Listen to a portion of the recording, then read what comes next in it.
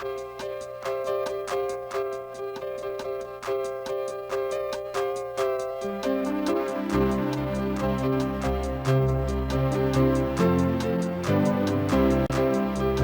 again, everyone. I'm Charles Gross, and welcome to Two on the Aisle.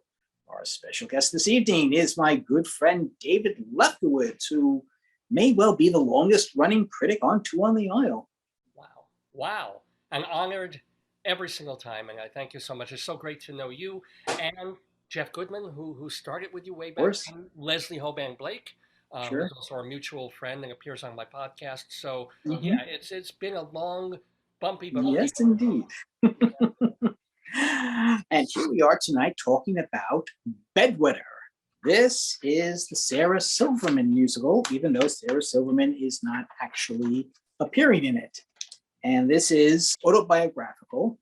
It's about Sarah, young Sarah growing up, her life, which includes a father who runs a crazy discount clothing store and sleeps with half of his female customers, a mother who spends all of her time in bed and just can't get out, a very glamorous older sister, and then Sarah herself, played by Zoe Glick, who I think really captures it. And you look at Sarah, you see how quirky she is, and apparently she hadn't changed all that much since she was an adolescent. And so young Sarah is going to a new school because her parents are newly divorced, and she's as quirky as old Sarah. In fact, after watching this play, if you ever thought Sarah Silverman was a little off, you'll wonder how she turned out so well. Adjusted. And she manages to make friends, and there are a whole bunch of nice songs, but she has a problem. She's a bedwetter, and it causes her a lot of embarrassment having to deal with it. Right. And that is, but you would figure this is not the subject necessarily of a musical. When I was reading commentaries and people posting about the show, it's like, oh, it's about a little girl who says dirty words. No, that's not really what it's about, even though this girl tells dirty jokes that she hears from her family, from her dad. And it's like, oh, it's about pee. It's about pee the way Urinetown is about pee. It's not. It's about trauma and a family, and also this little girl having something in the background, something terrible that you don't talk about, but that really happened, but that ultimately affects her and gives her, at least temporarily, a mental illness to get over. Yeah. So it isn't just, dirty words and peeing. It's not that at all. It's a real story, and a true story. The book is by Joshua Harmon and Sarah Silverman.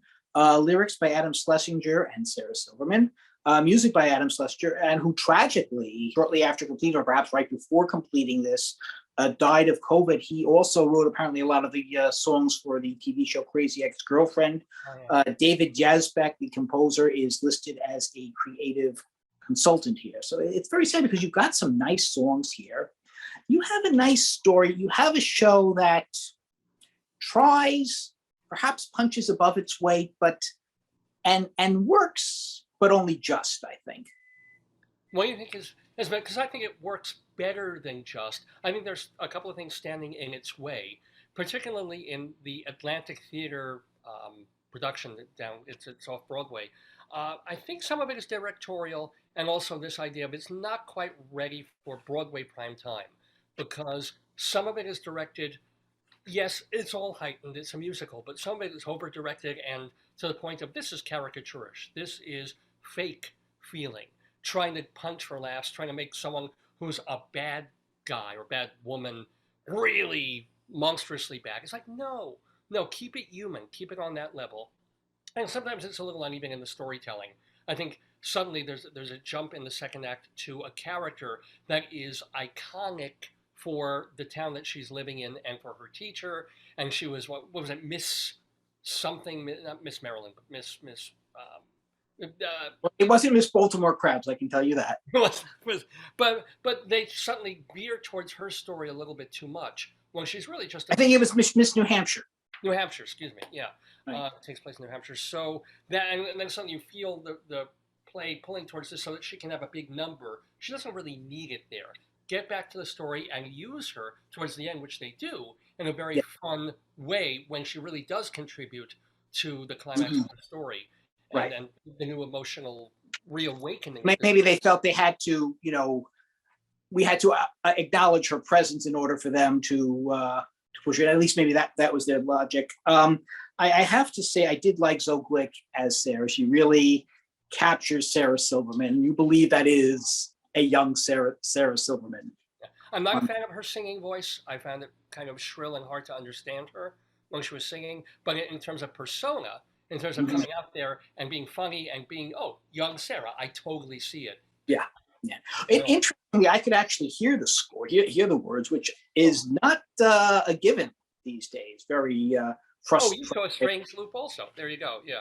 And Bebe Neuwirth has a wonderful song, a character song in the first act that really, where that's the moment when you realize, oh, this is going to be a good show. Because you're on the fence for a lot of it. And then there are times when it's like, oh, yeah, no, they got it. They got something here. Bebe Neuwirth is the grandmother who has to spend a lot of time caring for Sarah and her sister. And there is also a tragedy associated with her and Right. one of the other family members. Very, very sad. But that's the underpinning. That's really beyond bedwetting, this thing that happens. It affects the grandma, it affects the mom, it affects the dad, the divorce at the center of things. So, you know, it's got a surprising amount of depth for a show called The Bedwetter. But for all that depth and all that weight, it doesn't quite get there. It doesn't. How many playbills for you? Out of 4 or 5? I would say 3.5. I think. Out of 5. Out of 5. Out of 5, I would go close to 4, maybe 3 3/4. Yeah. Do you think this show will be moved to Broadway? I think it would need some tinkering, and I don't know if it would quite succeed. Although with Bebe in there, if they get maybe, and also Rick Crom is very funny. He has a couple of different. Again, in one role he's hilarious, and another he's over directed. So if they can work out those bugs, I would like to see it on Broadway. Whether it would succeed. Well, whether anything on Broadway succeeds is a 50-50 shot now, but more like 80-20. But okay, you know. And that is our review, and that is our show. And when you go to the theater, look for David, me, and Leslie, us 2 + 1 on the aisle.